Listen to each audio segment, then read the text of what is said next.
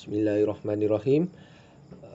Pada hari ini saya akan membentangkan berkenaan pemikiran Mu'tazilah dalam masalah khalqul Al-Quran.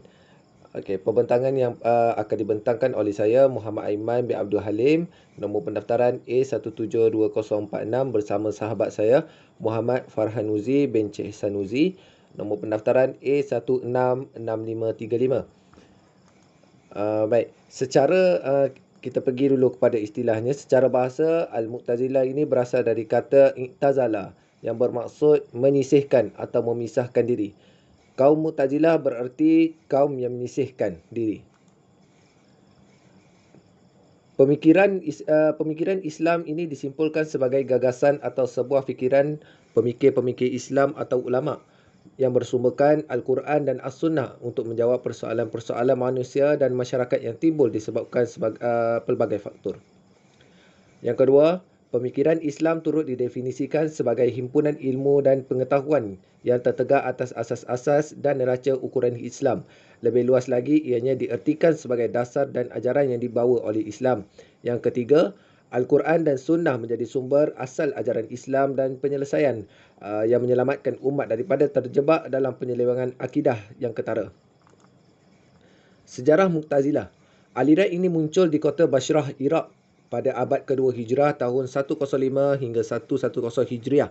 Tempatnya pada masa pemerintahan Khalifah Abdul Malik bin Marwan dan Khalifah Hisham bin Abdul Malik.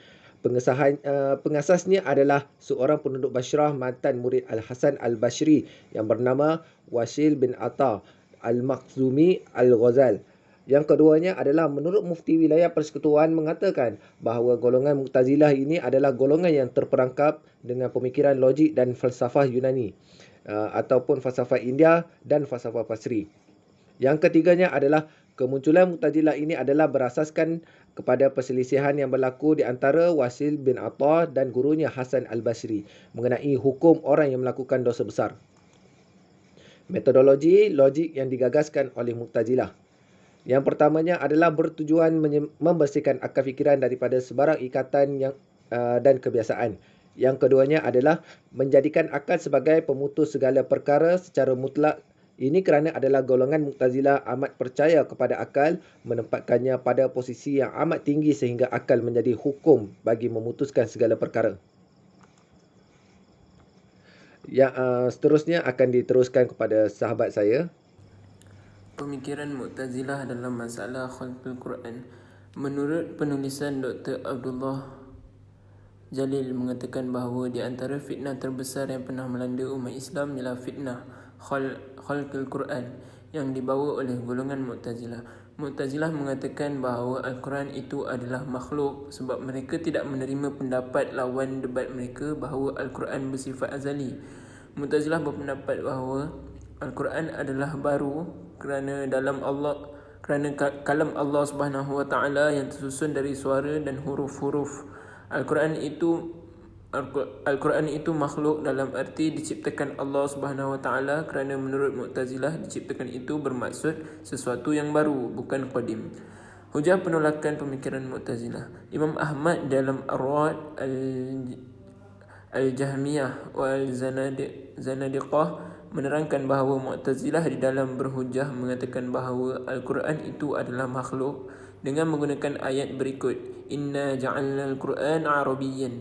Mereka beranggapan bahawa setiap kata ja'ala artinya khalaqa, maka setiap yang diciptakan adalah makhluk, maka Al-Quran adalah makhluk. Seandainya Al-Quran itu makhluk diciptakan, ianya bermaksud bahawa kalam Allah itu juga diciptakan, sedangkan kalam adalah sifat Allah SWT yang qadim. Dan jika seandainya kalam itu baru, maka Allah SWT sebelum berbicara harus menciptakan kalamnya terlebih dahulu. Perkara ini adanya pengertian bahawa Allah SWT sebelum menciptakan kalam, dia tidak dapat berbicara, iaitu bisu. Perkara ini bermaksud absab. Oleh yang demikian, sifat kalam adalah sifat Allah yang qadim dan bermaksud Al-Quran juga bersifat qadim. Hujah Al-Asy'ari. Al-Asy'ari juga menolak hujah bahawa Al-Quran adalah makhluk dengan mengatakan tidak boleh dikatakan bahawa suatu dari Al-Quran adalah makhluk kerana Al-Quran secara keseluruhan adalah tidak makhluk. Kerana setiap yang hidup mesti berbicara. Apabila Allah Subhanahu Wa Taala bersifat qadimah, maka sudah seharusnya yang berbicara itu adalah dengan kalam dan qadim. Barang siapa yang tidak berbicara, bermaksud ia adalah bisu. Maha suci Allah dari sifat ini, maka Allah Subhanahu Wa Taala berbicara dengan kalam yang qadim. Dalam perkara ini, Al-Asy'ari menjelaskan, iaitu mengatakan bahawa Al-Quran adalah kalam Allah Subhanahu Wa Taala yang bukannya makhluk.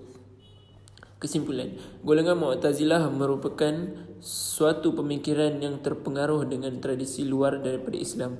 Golongan Mu'tazilah ini jelas mengutamakan akal berbanding nas-nas Al-Quran dan As-Sunnah. Mereka menghargai kekuatan akal dan intelek manusia. Bagi golongan ini, akal manusia membawa mereka mengenal Tuhan, sifatnya dan akhlak.